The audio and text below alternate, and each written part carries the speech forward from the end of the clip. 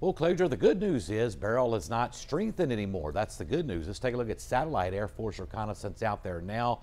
Not finding a strengthening storm yet. A lot of dry air getting entrained into it, still some shear, but we think as it gets a little bit closer to the coast coming up by late tomorrow into early Monday, conditions will improve and this could become a Category 1, maybe even a Category 2 hurricane before landfall right around Matagorda, maybe just north of there coming up around daybreak on Monday. But very disorganized right now. That continues to be the good news. Winds are still around 60 miles an hour. Here's the updated brand new track as of 10 p.m. and no change there.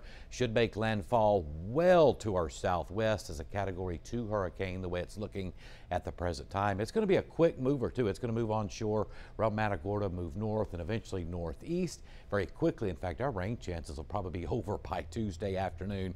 So that's good news. It's not going to stick around as Beryl makes landfall, moves on into the portions of Arkansas and the Tennessee Valley coming up over the next couple of days. Now, here's our projected rainfall totals with this system. And as you can see, some 1 to 3 inch rains will be pretty common across the area beginning as early as tomorrow. I think we'll see some rains coming in off the Gulf tomorrow, but a much better chance Monday into early Tuesday. But I think there'll be some 2 to 4 inch rains mixed in there as well. There could be some isolated heavier totals in a few spots. But one thing I do want to point out, if Beryl comes ashore as a small compact storm, meaning not real wide, not real broad, well to the southwest of Houston, where we think it will around Matagorda, we might not see this much rain.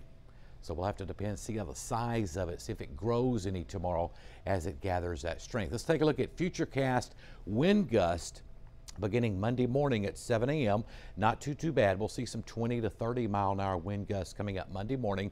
Notice throughout the day, those pretty good winds, especially near the coast, up to 40 at times around Winnie. But notice from I-45 westward, that's where their strongest winds are going to be. That's where your flooding rains are going to be well to our west. That's certainly good news there. But we do expect quite a bit of rain though in our forecast. That's why we've issued a weather impact alert day coming up for late Monday into Tuesday morning. Possibility of some heavy rain, especially in spots. But like I said, thank goodness this is a fast mover. We could see some 2 to 4 inch rains and isolated heavier totals in a few spots coming up beginning as early as Monday into early Tuesday. Next 3 days, some showers moving in off the Gulf tomorrow, but of course that much better chance coming up Monday afternoon into Tuesday morning. We'll have more on that and the rest of your forecast coming up a little bit later.